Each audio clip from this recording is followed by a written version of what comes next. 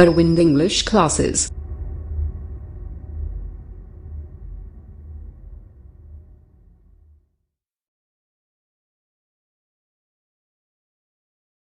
All student, welcome all of you in English class. Today we shall study about the short answer type question chapter number 3, deep water, written by William Douglas. Dear student, today we shall study about all short answer. Okay, if any student could not understand, you can just ask me. Okay, so let us start. Short answer type questions हैं आप लोगों के। पहले देख लेते हैं। Answer the following question in not more than 30 words each, यानी कि प्रत्येक क्वेश्चन का जो आंसर देना है वो 30 शब्दों से अधिक का नहीं होना चाहिए। ओके, सो देखते हैं। क्वेश्चन नंबर फर्स्ट है, where was pool and what opportunity did it offer. ताल कहाँ था और क्या अवसर उसने प्रदान किया। ओके, ध्यान दीजिए। आंसर है, the pool was at YMCA in Yakima river and it was offering the opportunity to learn swimming. क्या बताया गया है, जो पूल यानी कि ताल जो था वो कहाँ पर था, YMCA यानी कि यकीमा नदी पर था और वह तैराकी सीखने का अवसर प्रदान कर रहा था।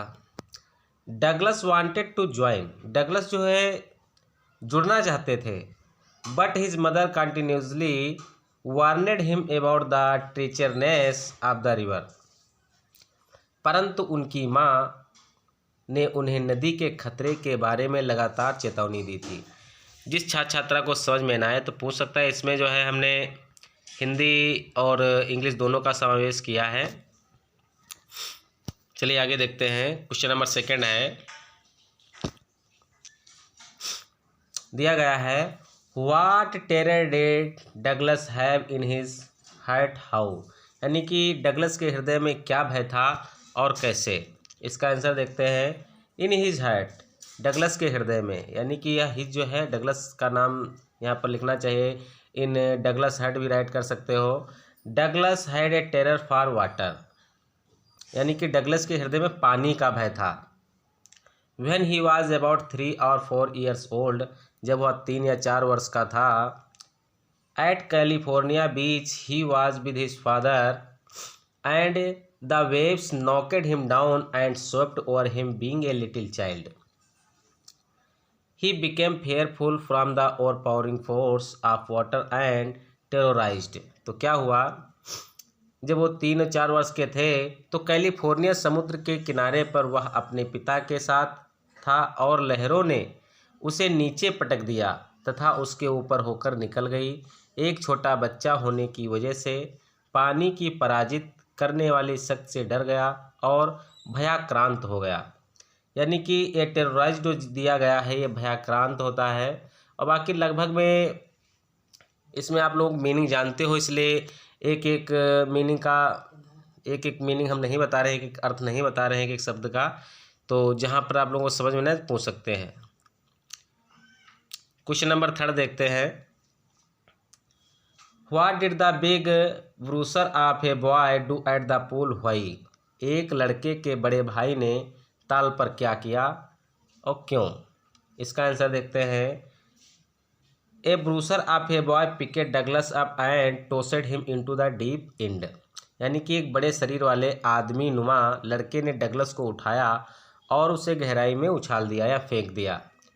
He was probably 18 years old boy, वह लगभग मान सकते हो 18 वर्ष का लड़का था।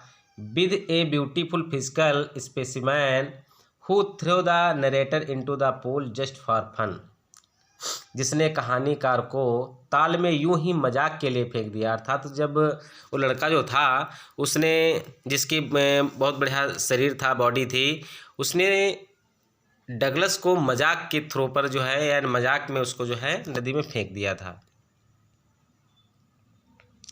नेक्स्ट देखते हैं। क्वेश्चन नंबर 4 है, how deep was the pool what was there inside the water, ताल कितना गहरा था वहाँ पानी के अंदर क्या था? अब भाई पानी के अंदर तो पानी न होगा, दिल है पानी, पानी वाली दशा। इसका आंसर देख लेते हैं।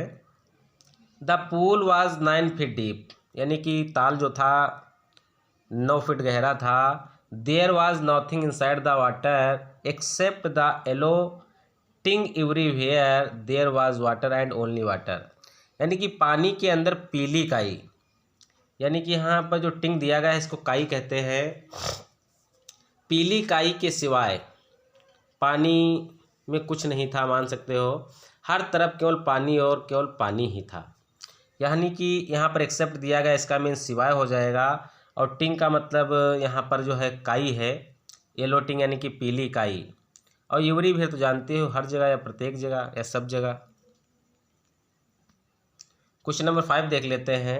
What happened to the legs of the Douglas inside the pool, how did he try it overcome situation, यानी कि जल के अंदर डगलस की टांगों को क्या हुआ था, उसने उस स्थिति से निकलने के लिए कैसे प्रयास किया। तो इसके बारे में देख लेते हैं, ध्यान दीजिए बच्चों। आंसर इसका है inside the pool the legs of the narrator did not move, ताल के अंदर कहानीकार की टांगें नहीं हिली। हिज लेग्स बियर पैरालाइज्ड, और उसकी जो टांगें थी वो बिल्कुल जड़ गई थी, यानी कि निर्जीव हो गई थी, पैरालाइज्ड हो गई थी। And hung like dead wheat, और निर्जीव बोझ यानी कि मृतक के बोझ के समान लटक गई थी। For recovering from his situation, इस स्थिति से छुटकारा पाने के लिए, रिकवरिंग करने के लिए, ही लुक्ड फॉर रोप्स, यानी कि रस्सों की तलाश की, लैडर सीढ़ी की तलाश की, वाटर विंग्स और जलपरों की तलाश की, but nothing he catch only water, लेकिन उसके हाथ में कुछ नहीं आया, केवल पानी के। ध्यान दीजिए। क्वेश्चन नंबर 6 है। What terror size Douglas, what was it effect on him, किस भय ने डगलस को जकड़ लिया था, उसका उस पर क्या प्रभाव पड़ा, ये हम लोग देखते हैं। आंसर है इसका the terror of water size Douglas once at California beach and other at the pool, यानी कि पानी की भय ने डगलस को जकड़ा था, एक बार कैलिफोर्निया के बीच और दूसरा ताल पर, दोनों ही, यानी कि both the incident terrorise Douglas, यानी कि दोनों घटनाओं ने डगलस को जो है उच्चतर स्तर पर डरा दिया था, टेरराइज कर दिया था, यानी कि घबरा दिया था। विद द एक्सट्रीम लेवल, यानी कि लंबे स्तर पर या उच्चतर स्तर पर। तो क्या बताया जा सकता है, दोनों ही घटनाओं ने डगलस को उच्चतर स्तर पर डरा दिया था। फिर क्या है, he was affected deeply from it, वह इससे गंभीर दशा से प्रभावित हुआ था या गंभीर दशा से प्रभावित हो गया। As he shied from water for a long time, फिर क्या बताया गया है, परिणाम स्वरूप वह पानी से लंबे समय तक डरता रहा। लॉन्ग टाइम का मीन्स यानी कि लंबे समय तक, और किससे, पानी से डरता रहा। But later due to his will power, यानी परंतु इसके बाद अपनी इच्छा शक्ति के बलबूते ही own his fear of water, उसने अपने पानी से डर को जीत लिया, यानी कि अपनी इच्छा शक्ति के बलबूते उसने जो है पानी पर विजय पा ली।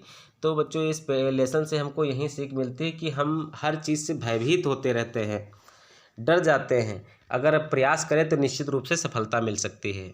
इस चैप्टर में यही सिखाया गया है, ठीक है। फिर देखते हैं, what did Douglas do inside the water to save his life, Douglas ने पानी के अंदर अपना जीवन बचाने के लिए क्या किया, इसके बारे में हम लोग देखते हैं। आंसर इसका देखते हैं, inside the water Douglas made the strategy to hit the water, क्या बताया, पानी के अंदर डगलस ने योजना बनाई कि पानी को चोट करेगा, यानी कि पानी को स्ट्रेटजी, यानी यहाँ पर जो है प्लान भी कह सकते हो, और यानी कि यहाँ पर योजना यानी कि स्ट्रेटजी है, जो आप लोग स्ट्रेटजी बनाते हैं, प्लान बनाते हैं, योजना बनाते हैं कि उस पर जो है डगलस ने योजना बनाई थी कि उस पर चोट कर सकेगा, यहाँ पर प्लान लिख सकते थे, टू हिट द वाटर। मैं के बिग जंप, मतलब कि पानी के जब अंदर था तो अपने जीवन को बचाने के लिए उसने क्या क्या मतलब कि अपने दिमाग में सोचा था। तो क्या बताया था, मैं के बिग जंप, एक बड़ी उछाल लगाएगा, कम टू द सरफेस, और सतह पर आ जाएगा, ले यहाँ पर ले फ्लैट ऑन इट, और इस पर लेट जाएगा, सीधा लेट जाएगा। यहाँ पर लाई होना चाहिए, लेटना होता है, लाई फ्लैट ऑन इट, तो टाइपिंग में थोड़ा मिस हो गया है, ध्यान दे लेना आप लोग। And paddle to the edge of the pole but every time his strategy failed. तो क्या बताया गया है, और ताल के किनारे पर पैर मारता हुआ पहुंच जाएगा, परंतु उसकी हर बार की कोशिश जो थी विफल हो गई। He did this all continuously to save his life, और उसने यह सब अपने जीवन को बचाने के लिए लगातार किया। कंटिन्यूसली मिस होता है लगातार, और सेव मिस होता है बचाने के लिए, और स्ट्रेटजी यहाँ पर तो जानते हैं स्ट्रेटजी फेल्ड यानी कि उसकी योजना विफल हो गई थी। नेक्स्ट क्वेश्चन देख लेते हैं, question number 8। How did all effort cease, what happened then, सभी कैसे रुक गए, या सभी जो प्रयास थे, एफर्ट्स थे, वो कैसे रुक गए और फिर क्या हुआ, इसके बारे में देखते हैं।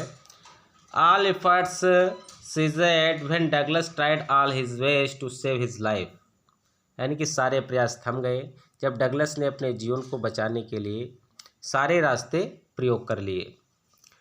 His all strategies failed every time, उसकी जो हर बार की जो क्या बताया गया है, हर बार की जो योजनाएं थीं वो फेल होती गई। And then his legs felt limp, और तब उसकी टांगें शक्तिहीन या शून्य हो गई। And a blackness swept over his brain, और उसके दिमाग पर अंधेरा छा गया। That wiped out fear and terror and then there was no panic, और उसने हर और आतंक को मिटा दिया तथा फिर कोई घबराहट ना रही। यानी कि जब वो बिल्कुल बेजान होने लगा तो घबराहट वाली भैया कोई बातें नहीं है, तो घबराहट काहे की रह जाएगी, क्योंकि पूरे बॉडी पर उसके जो है आतंक सा छा गया, अंधेरा सा छा गया, तो घबराहट कहाँ से रहेगी, यानी कि पूरी तरह निर्जीव होने लगा था। क्वेश्चन नंबर 9 देख लेते हैं। What was Douglas condition after getting escaped from the pool, ताल में से बचने के बाद डगलस की क्या हालत थी, इसके बारे में हम लोग देखते हैं। After getting escaped from the pool after several hours Douglas walked home, he was weak and trembling. क्या बताया गया, ताल में से बच जाने के बाद कई घंटों के पश्चात घर को चला, वह कमज़ोर था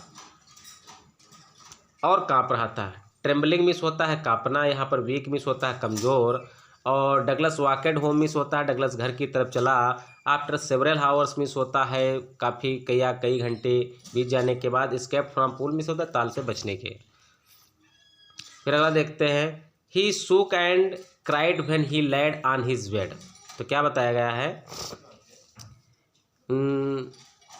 और चीख पड़ा जब वह पलंग पर लेटा, यानी कि ही शूक एंड क्राइड यानी कि वह चिल्ला पड़ा। When he laid on his bed, जब वह अपने बिस्तर पर लेटा।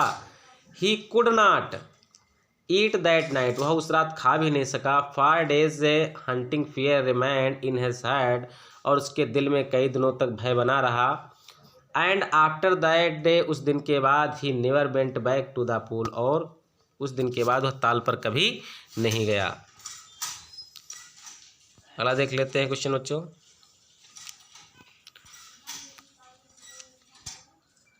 What did Douglas come to know after few years later?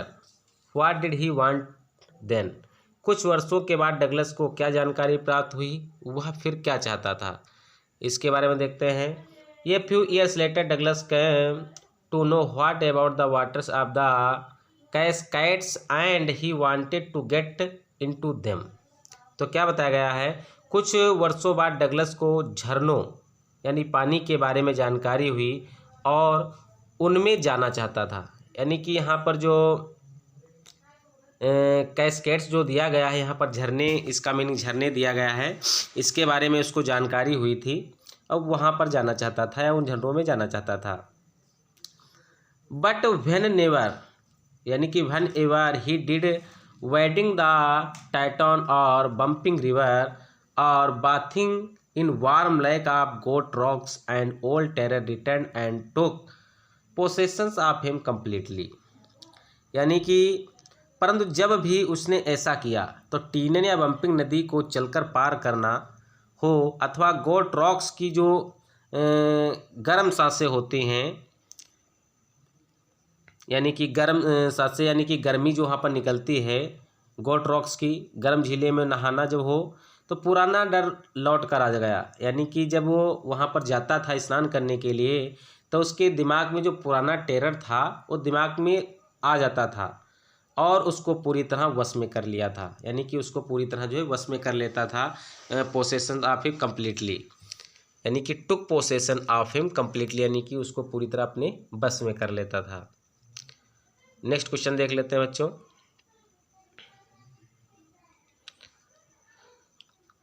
Question number 11 है, what did instructor do to train Douglas, यानी कि प्रशिक्षक ने या इंस्ट्रक्टर जो था, ये जो प्रशिक्षण दे रहा था, ने डगलस को तैयार करने के लिए क्या किया, यानी कि ट्रेन करने के लिए, ट्रेंड करने के लिए कह सकते हो। वैसे अगर डिड ना लगा होता तो यहाँ पर ट्रेंड लगाते, लेकिन यहाँ पर डिड लगा है इसलिए फर्स्ट लगाएंगे, यानी कि ट्रेन करने के लिए, प्रशिक्षित करने के लिए जो प्रशिक्षक ने क्या किया, इसके बारे में हमको जानना है। तो देखिए, the instructor put A belt around him, तो जो शिक्षक था उसने उसके चारों ओर एक पेटी बांध दी। Attached a rope to the belt went through a pulley, और पेटी से एक रस्सी को बांधा जो एक पुली से होकर गई, रस्सी का एक सिरा पकड़ा ताल। अब देखिए क्या होता है, सिरा क्या बताएगा, held on to end of the rope, और उसके सिरे को पकड़ा। Went back and forth across the pole, पकड़कर जो है आर पार किया, यानी कि आर पार करने का मतलब जो है इधर से उधर गया।